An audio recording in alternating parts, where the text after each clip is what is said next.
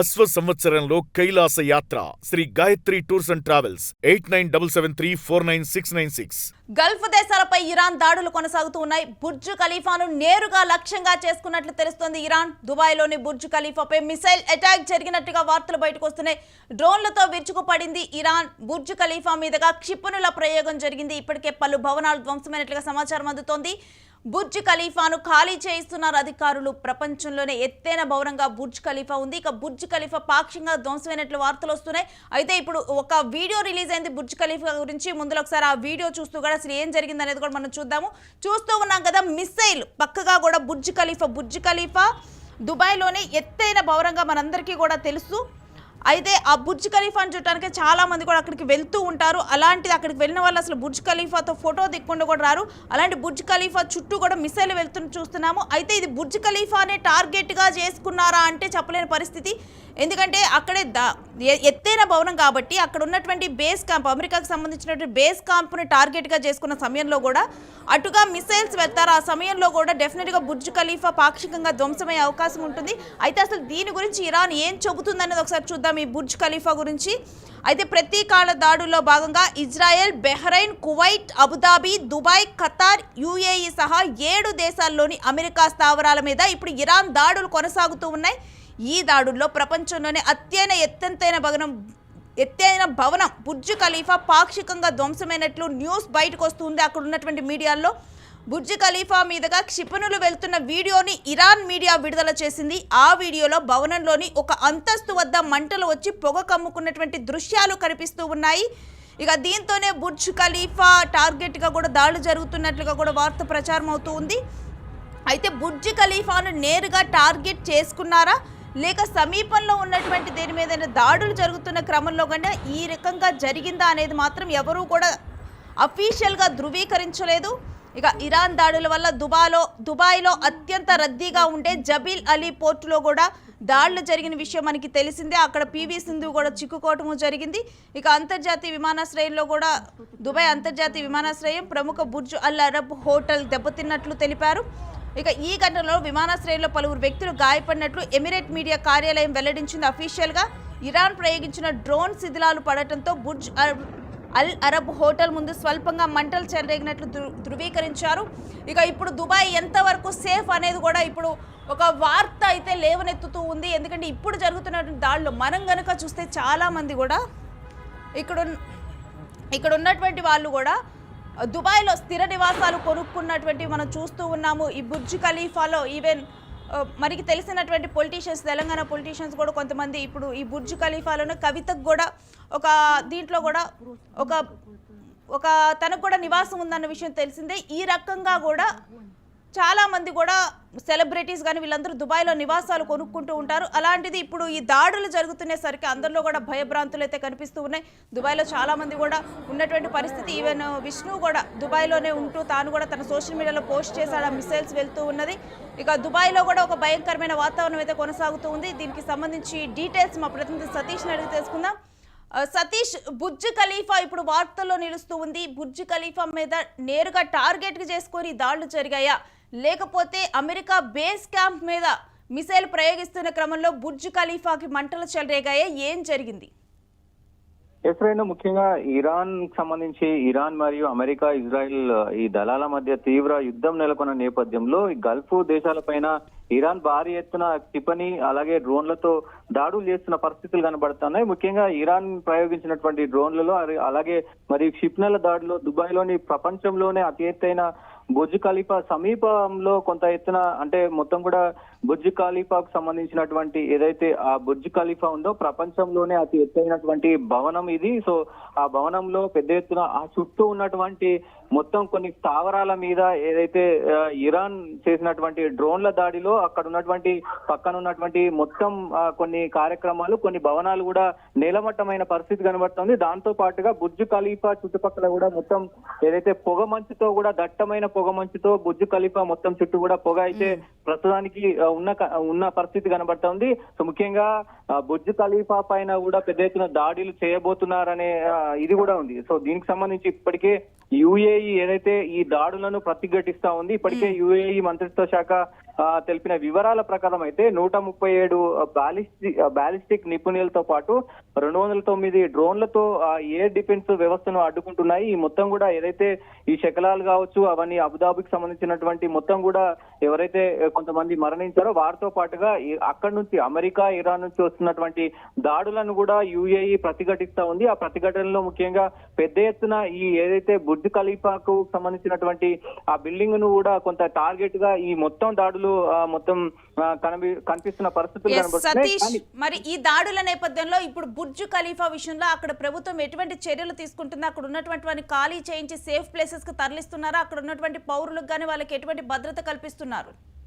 ముఖ్యంగా అంటే ప్రపంచంలోనే అత్తైనటువంటి భవనం ఇది బుర్జ్ ఖలీఫా. అంటే అక్కడికి వెళ్ళిన ప్రపంచ యాత్రికులు గాని అక్కడ ఉన్నటువంటి లోకల్స్ గానీ అక్కడికి వెళ్ళారంటే ఫోటో తీసుకోకుండా ఉండలేని పరిస్థితి ఉంటుంది.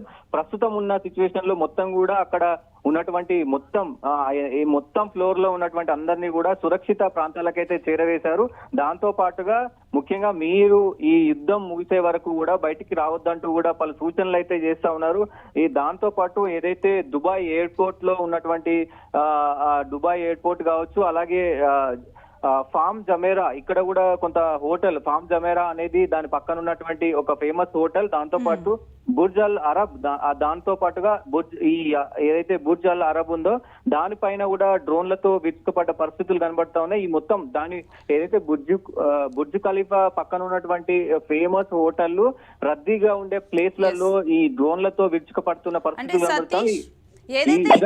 ఇరాన్ కి సంబంధించి కూడా పెద్ద ఎత్తున ఇరాన్ అలాగే ఇజ్రాయిల్, ముఖ్యంగా ఇజ్రాయిల్ కి సంబంధించినటువంటి కొన్ని ప్లేసెస్ లో కూడా ఈ దాడులు జరుగుతా ఉన్నాయి. ముఖ్యంగా ఇరాన్ ఏదైతే కంప్లీట్ గా అంటే ఇరాన్ దాడులలో ప్రజల పైన కాకుండా కొన్ని ముఖ్యంగా టార్గెటెడ్ ప్లేసెస్ ఏవైతే ఇరాన్ కి సంబంధించినటువంటి ప్రముఖమైనటువంటి ఈ మొత్తం కూడా ఈ ముస్లిం సంబంధించినటువంటి దేశాలన్నిటిపైన కూడా కొన్ని టార్గెటెడ్ బేస్లు ఏవైతే ఉన్నాయో, అమెరికా బేస్లు ఏవైతే ఉన్నాయో వాటిపైన ఫోకస్ చేసి టార్గెటెడ్ గా అయితే దాడులు చేస్తా ఉంది. ఈ దాడుల్లో దాదాపు ఇరాన్ తో పాటు ఖతార్ కావచ్చు, దోహా కావచ్చు, కువైట్, ఒబ్రాయిన్, సౌదీ అరేబియా, రియాద్ ఇట్లా కొన్ని మొత్తం కూడా కొన్ని ప్లేసుల్లో అయితే ప్రస్తుతం దాడులు జరుగుతా ఉన్నాయి. ఆ దాడుల్లో తీవ్రంగా అంటే ఇటు దాడులు జరుగుతున్న క్రమంలో కూడా అటు ఇరాన్ నుంచి గట్టిగా దాడులు జరుగుతా ఉన్నాయి, ఇటు వీళ్ళు కూడా దాన్ని ప్రతిష్టంగా ఎదుర్కొంటున్న పరిస్థితులు కనబడుతున్నాయి. ఇప్పటికే 137 ఏదైతే బాలిస్టిక్స్ నిపుణులు కావచ్చు, 209 డ్రోన్లు కావచ్చు, ఇవన్నీ కూడా అడ్డుకున్న పరిస్థితులు కనబడుతున్నాయి. ఎప్పటికప్పుడు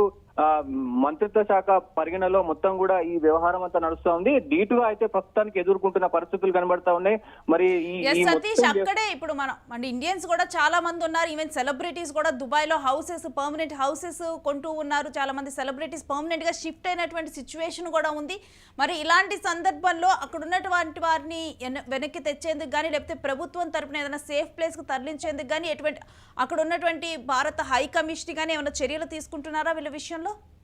డెఫినెట్ గా ముఖ్యంగా ఇండియా నుంచి ఈ అరబ్ దేశాల్లో అంటే ఇప్పటి నుంచి కూడా దాదాపు ఒక 100 సంవత్సరాలు 150 సంవత్సరాల నుంచి కూడా భారతదేశం నుంచి సౌదీ అరేబియా కావచ్చు, ఇరాన్ కావచ్చు, అలాగే ఖతార్ కావచ్చు, కువైట్ కావచ్చు, మస్కట్ కావచ్చు, ఈ పెద్ద ఎత్తున ఈ దేశాల్లో మన ఇండియన్స్ వెళ్ళి అక్కడ స్థిరపడాలనుకుంటారు. దాంతో పాటుగా ఇండియన్స్ ఎక్కువగా ఉన్నారు కాబట్టి ఇక్కడ ఉన్నటువంటి రాజకీయ నాయకులందరూ కూడా ఏదైతే ఈ మొత్తం కూడా అక్కడ కొంత ప్లేసెస్ కొనుక్కొని, కొన్ని ఫ్లాట్లు కొనుక్కొని అక్కడ రెంట్కి ఇచ్చుకోవాలి, మన బిజినెస్ ను విస్తృతం చేసుకోవాలనే ప్రయత్నం కూడా చేశారు. దాంట్లో పాటుగానే ముఖ్యంగా అన్ని దేశాల్లో ముస్లిం కంట్రీల్లో దాదాపు ఇప్పుడు సౌదీ అరేబియా కావచ్చు, మొత్తం కూడా కువైట్, యుఏఈ ఇట్లాంటి దేశాల్లో మొత్తం ముస్లిం దేశాలకు సంబంధించి కూడా దాదాపు ఎక్కువ శాతం మన వాళ్ళు ఉంటారు. ఒక లక్షల మందిలో అక్కడ జాబులు చేసుకోవడం కానీ, ఇన్వెస్ట్మెంట్స్ చేసి అక్కడ బిజినెస్లు చేసుకోవడం కానీ ఇవన్నీ కూడా చేస్తా ఉన్నారు. ప్రస్తుతానికైతే వాళ్లకు ముఖ్యంగా అక్కడ ఉన్నటువంటి ప్రభుత్వాలు మాత్రం ఒక క్లారిటీ ఇచ్చే ప్రయత్నం చేస్తున్నాయి. ఇది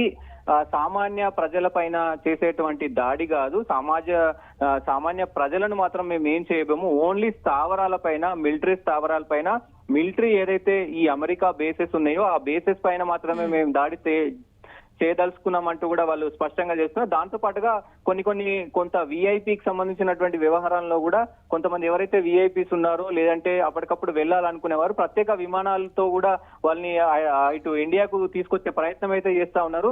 సురక్షితంగా ఉండాలి, బంకర్లలో దాక్కోవాలి, కింద గ్రౌండ్ ఫ్లోర్ లో ఉండి మీరు ప్రాణాలు రక్షించుకోవాలంటూ కూడా అత్యవసరం అయితే తప్ప బయటికి రావద్దు అంటూ సూచనలు చేస్తున్న పరిస్థితి కనబడతా ఉన్నాయి. ముఖ్యంగా ఈ దాడులు మరొక 4-5 రోజులు ఉండే పరిస్థితి కనబడుతుంది. మార్చి 7 వరకు ఉంటాయని అఫీషియల్ గా చెప్పినా ప్రస్తుతానికి ఖమేనీ మరణం తర్వాత మరి కొంత అంటే ఇదంతా కూడా కొంత సర్దుబాటు జరిగే పరిస్థితి అయితే కనబడుతుంది. దాంతో పాటుగా ముఖ్యంగా ఈ ఖమేనీ మరణం తర్వాత మరి ఇంకా ఎందుకు ఈ బేసెస్ ఏవైతే ఇరాన్ మళ్ళీ ఎదురు దాడి చేయకుండా ఇరాన్ కు మళ్ళీ ఎలాంటి ప్రాతినిధ్యం ఇవ్వకుండా ఎయిర్ బేసెస్ ఏవైతే ఉన్నాయో ఆ ఎయిర్ బేసెస్ మొత్తం కూడా ధ్వంసం చేసే పనిలో మొత్తం ఇజ్రాయెల్ కావచ్చు, అటు అమెరికా కావచ్చు, అన్ని దేశాలు కూడా ప్రయత్నిస్తా ఉన్నాయి. దానికి ప్రతిఘటన కూడా ఇరాన్ ఏదైతే ముఖ్యంగా ఇటు అమెరికాకు ఇటు ఇజ్రాయెల్ కు సపోర్ట్ చేస్తున్న దేశాల పైన వాళ్ళ స్థావరాల పైన కూడా పెద్ద ఎత్తున దాడులు చేస్తున్న పరిస్థితి కనబడతా ఉంది. సో ముఖ్యంగా ప్రస్తుతానికైతే బుర్జ్ ఖలీఫా కొంత సందిగ్ధంలో ఉంది. ఎందుకంటే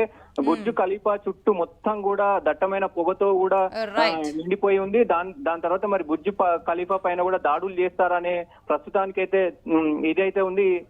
గతంలో కూడా అమెరికాకు సంబంధించినటువంటి ట్విన్ టవర్ కూడా అల్ ఖైదాకు సంబంధించినటువంటి వ్యవహారం అంతా కూడా నడిచింది. సో దాని తర్వాత బుర్జ్ ఖలీఫా ప్రస్తుతం ప్రపంచంలోనే అత్యంత పెద్దదైన ఎత్తైన భవనంగా కూడా ఉంది. సో ఇది పేలిపోతే కనుక కొంత ఇదయ్యే అవకాశాలు ఉంటాయి. చూడాలి మరి ఏం జరుగుతుంది ఏంటి అనేది చర్చనీయాంశంగా మారిన పరిస్థితి. Satish, thanks for the details Satish. ఇక బుర్జ్ ఖలీఫా గురించి ఇప్పటికైతే అఫీషియల్గా కూడా యుఏఈ గవర్నమెంట్ అయితే ఎటువంటి ప్రకటన కూడా విడుదల చేయలేదు. కానీ బుర్జ్ ఖలీఫా విషయంలో మాత్రం సందిగ్ధత నెలకొని ఉంది. ఒకవైపు నుంచి కూడా పొగలొస్తున్నటువంటి దృశ్యాలు కూడా మనం బుర్జ్ ఖలీఫా మనం చూస్తూ ఉన్నాం కదా, రైట్ సైడ్ ఉన్నటువంటి ఇమేజ్లో కూడా ఒకవైపు నుంచి రైట్ సైడ్ నుంచి కూడా పొగలొస్తూ ఉన్నాయి. మరి అక్కడ ఏమన్నా డ్యామేజ్ జరిగిందా బుర్జ్ ఖలీఫాకి ఏంటి అనేది కూడా తెలియదు. కానీ బుర్జ్ ఖలీఫాలో ఉన్నటువంటి వారందరినీ కూడా ఖాళీ చేయించి సురక్షితంగా కూడా ఒక ప్రాంతానికి తరలించినట్లుగా తెలుస్తోంది. ఇక ఈ ఎత్తైన బిల్డింగ్ బుర్జ్ ఖలీఫా ప్రపంచంలోనే ఎత్తైన బిల్డింగ్ బుర్జ్ ఖలీఫా విషయంలో ఒక సందిగ్ధత కొనసాగుతూ ఉంది.